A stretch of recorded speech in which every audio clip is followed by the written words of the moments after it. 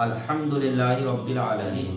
کلام پاک پڑھنے کے بعد دعا مانگنا بہت بہتر ہے۔ یہ بیان ہے فاتحہ کے ثبوت میں۔ تفسیر روح البیان، پارہ 7 سورہ انعام، زیر آیت وَهَذَا كِتَابٌ أَنزَلْنَاهُ مُبَارَكٌ میں ہے۔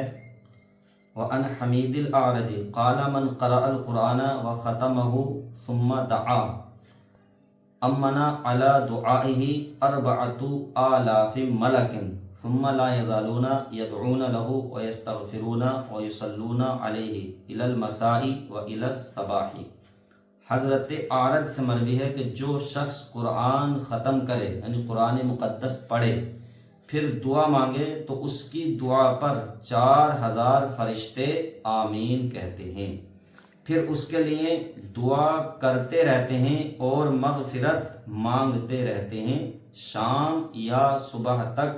یہی مضمون امام نووی کی کتاب الاذکار کتاب تلاوت القرآن میں بھی ہے۔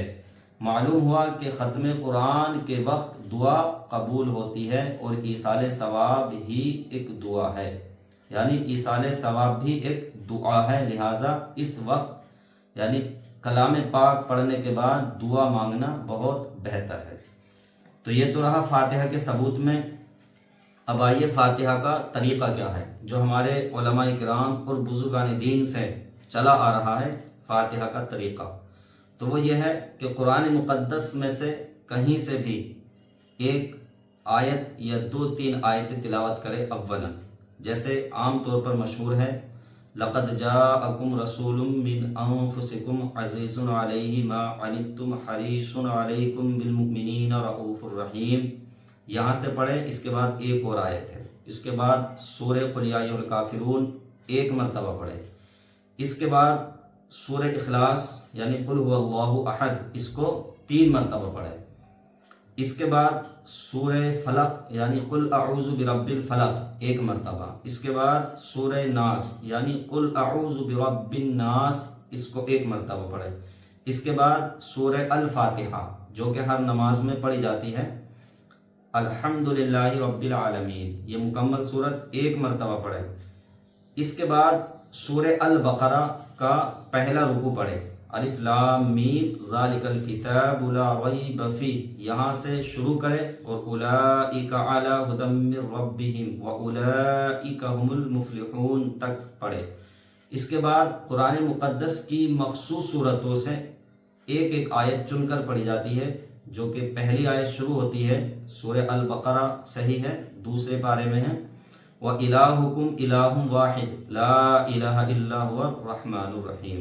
اس کے بعد ایک اور آیت پڑھی جاتی ہے إِنَّ رَحْمَتَ اللَّهِ قَرِيبٌ مِّنَ الْمُحْسِنِينَ وَمَا أَرْسَلْنَاكَ إِلَّا رَحْمَةً لِّلْعَالَمِينَ مَا كَانَ مُحَمَّدٌ أَبَا أَحَدٍ مِّن رِّجَالِكُمْ وَلَٰكِن رَّسُولَ اللَّهِ وَخَاتَمَ النَّبِيِّينَ وَكَانَ اللَّهُ بِكُلِّ شَيْءٍ عَلِيمًا إِنَّ اللَّهَ وَمَلَائِكَتَهُ يُصَلُّونَ عَلَى النَّبِيِّ یا ایھا الذین آمنوا صلوا علیہ وسلموا تسلیما۔ یہ آیتیں ہیں 5 آیتیں اور ان کو 5 آیات بھی کہتے ہیں۔ یہ مختلف مقامات سے پڑھی جاتی ہیں۔ اس کے بعد درود شریف پڑھیں، جو بھی یاد ہو یا جو نماز میں پڑھتے ہیں وہ بہتر ہے۔ اس کے بعد پھر اعوذ باللہ من الشیطان الرجیم الا ان اولیاء اللہ لا خوف علیہم ولا هم يحزنون الذين آمنوا وكانوا يتقون سبحان ربك رب العزة عما يصفون وسلام على المرسلين والحمد لله رب العالمین۔ یہ تلاوت کرنے کے بعد اس طرح سے اللہ کی بارگاہ میں دعا کے لیے ہاتھ اٹھائے اور پھر دعا کرے یا اللہ یا رحمان یا رحیم، مولا میں نے جو پڑھا ہے اس کے پڑھنے میں کوئی کمی یا غلطی ہو تو مولا اسے معاف فرما کر اپنی بارگاہ میں قبول فرما۔ اس طرح سے پھر اس کا ایصال ثواب کرے۔ پیارے آقا کی بارگاہ میں تمام صحابہ صحابیات ازواج مطہرات اولیاء کاملین بزرگان دین اور پھر مخصوص اپنے مرحوم کے لیے جو ایصال ثواب کرنا ہے، اور اس طرح سے آپ فاتحہ کھانے پر بھی پڑھ سکتے ہیں اور کسی کے ایصال ثواب میں بھی۔ اس کے علاوہ ایک اور فاتحہ کا طریقہ ہے، وہ مختصر ہے، جسے عام مسلمان کوئی بھی نمازی وہ بھی پڑھ سکتا ہے۔ اس کا طریقہ یہ ہے، پہلے 3 مرتبہ درود پاک پڑھے، اس کے بعد سورہ فاتحہ یعنی الحمد شریف پڑھے، الحمدللہ رب العالمین، پوری صورت پڑھے، اس کے بعد پھر سورہ اخلاص پڑھے، یعنی قل هو اللہ احد، اور یہ دونوں صورتیں ہر ایک مسلمان کو یاد ہوتی ہیں۔ اس کے بعد پھر 3 مرتبہ درود شریف پڑھ لے اور اللہ تبارک و تعالیٰ کی بارگاہ میں دعا کر لے، جیسی بھی اس سے دعا کرنی آتی ہو ویسے اللہ کی بارگاہ میں دعا کرے اور ایصال ثواب کر دے۔ تو یہ ایک مختصر سا فاتحہ کا طریقہ ہے، اور اس طریقے پر آپ کونڈوں کی نیاز ہو یا شب برات کا حلوہ ہو یا جمعرات کی ہفتے کی فاتحہ ہو، اس طرح سے آپ یہ فاتحہ پڑھ سکتے ہیں۔ اللہ پاک ہم سب کو علم دین سیکھنے کی، اس پر عمل کرنے کی توفیق عطا فرمائے۔